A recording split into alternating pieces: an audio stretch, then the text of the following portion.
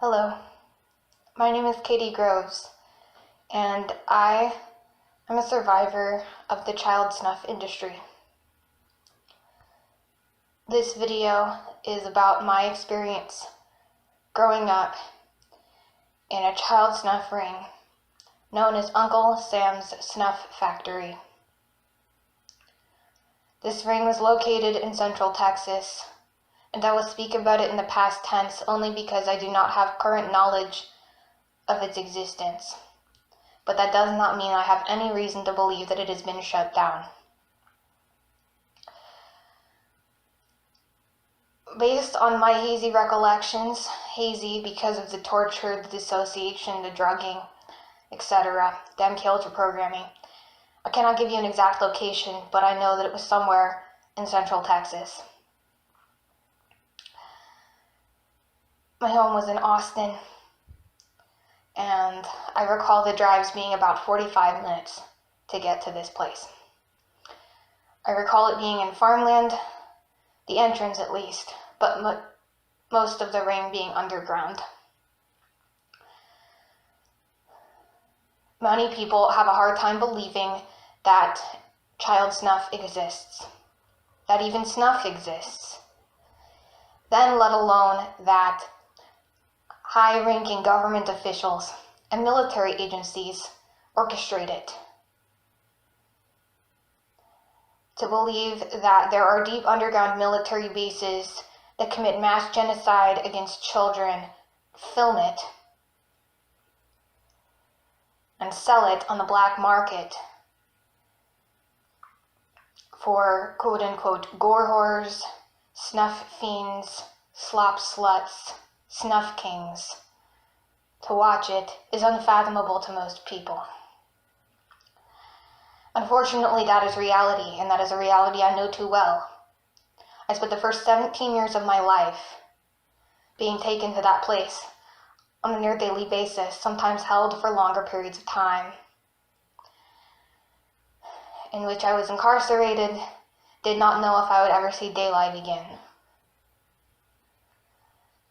I've witnessed thousands of murders, largely of children of color, who were systematically targeted for their race by the white supremacist government, which runs the United States.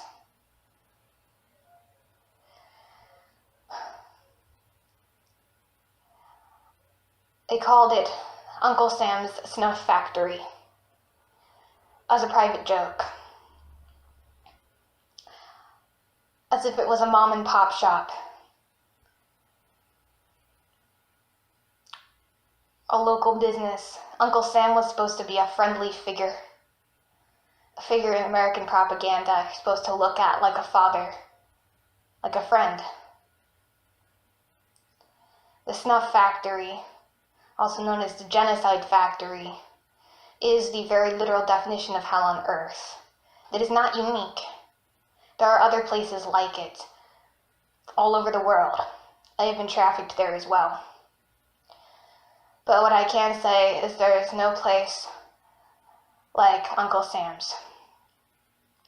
It is one of those places where a person can get literally anything they want for the right price if they have the connections to be there. I have seen wealthy, aristocratic white women ordering children of color on menus to be delivered dead, cooked on platters in a wing of the place they called Cannibal's Kitchen. And the reason I'm alive and the reason I survived is because I was born into an organized crime family involved with the CIA who ran this operation. And I had the genetics, the family background, to be a candidate for perpetration, for continuing the cycle of violence, from being one of the quote-unquote leaders or members of the group involved. So I was kept alive for experimentation, for slavery, for use. I have fought my way out, and if you want to learn about that, you can watch any of the videos on my channel. It'll be informative. But I still suffer every day deeply with the post-traumatic stress.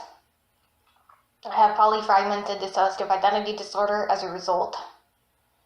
It actually goes beyond polyfragmentation. I have something called exponential fragmentation, which I have spoken of in some videos I'll put in the description below, so that you can understand the level of trauma that this type of abuse can create.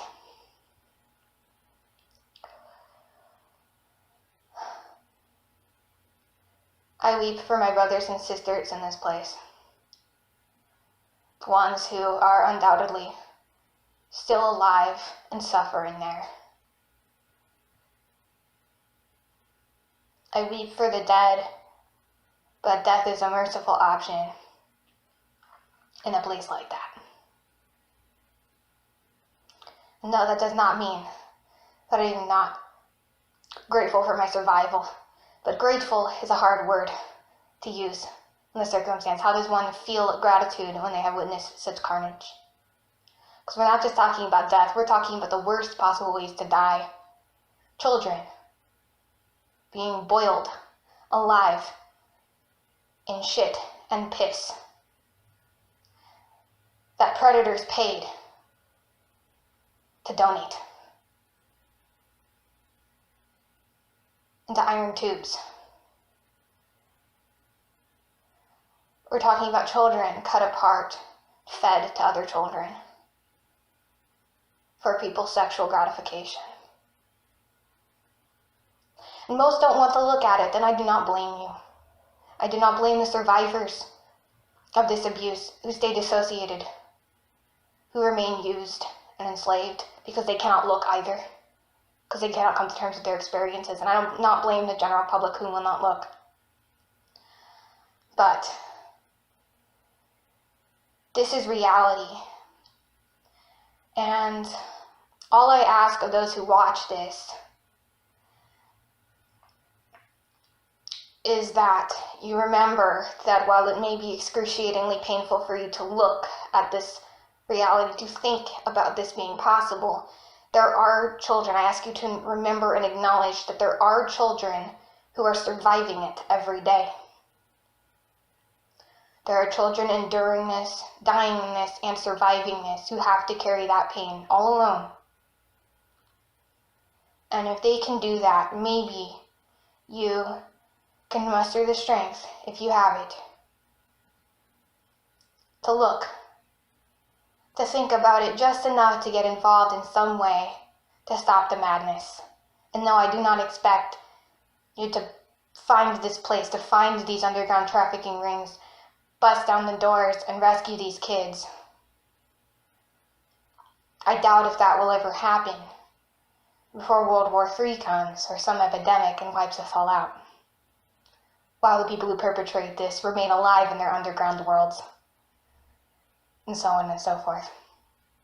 Don't even want to go into the whole NWO thing right now. No, I don't expect that from you. I don't expect you to stop this in that way. But there are people fighting human trafficking. There are people who need voices. And at the very least, I encourage you to extend your support in some way to those who have survived, even if you cannot help those who are lost. I don't know how to help those who are lost.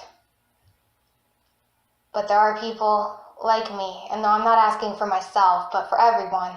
There are people like me who have survived these things who need help. They need therapists, we need doctors, we need lawyers, we need support, we need friends. We need new family because most of us have lost ours. And if you can be that for somebody, you can help the collective damage created by these rings.